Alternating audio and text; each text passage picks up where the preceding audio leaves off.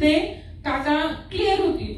तर ठीक आहे बोलला. त्यांनी माझ्याकडनं त्याच दिवशी सगळ्यांना माहिती असतं पॅरालिसिस साठी फुलतांब्यामध्ये आहे, तर मग तिथे पण त्यांना घेतलं नाही. ते बोलले की नाही आम्ही एवढ्या एजचं नाही रिस्क घेऊ शकत, तुम्ही यांची सेवा करा वगैरे.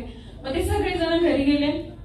माझी फुलतांब्याच्या शेजारीच पिंपळवाडी म्हणून माझं छोटस गाव आहे, तर तिथं आले ते 12 किलोमीटरच. त्यांनी माझ्या काही सोने म्हणजे एकदम काकांच्या मनाच्या समाधानासाठी नेलं होतं की मी हे मेडिसिन घेऊन क्लिअर होणार. कारण सगळ्यांपासून मला दादाला माझे मिस्टर पण डॉक्टर आहे, आम्हाला तिघांनाच माहिती होतं त्यांचं लाईफ स्पॅन किती म्हणून. तर आम्ही काही सोना समाधानासाठी त्यांना दिली. तर 6-7 दिवसातच ते वॉकरवर चालायला लागले आणि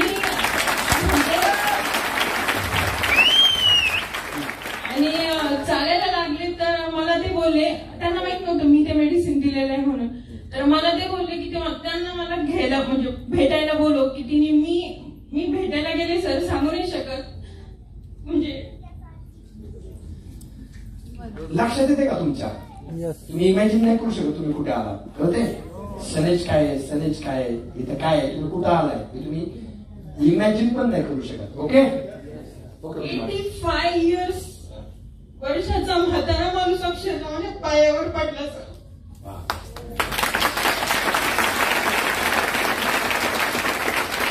मॅडम खूप चांगलं काम केलं तुम्ही, खरंच ग्रेट. मरण बघून आलो म्हणजे फक्त तुझ्यामुळे मला जीवनदान मिळालं सर. मला पैशाची त्याची काहीच वाटलं नाही, पण मला असं वाटलं की मी 90 वर्ष जरी मी माझ्या लाईफची घातली डॉक्टर या पेशात, तरी त्या काकाने एवढा आशीर्वाद मला कुठूनच मिळणार. ग्रेट.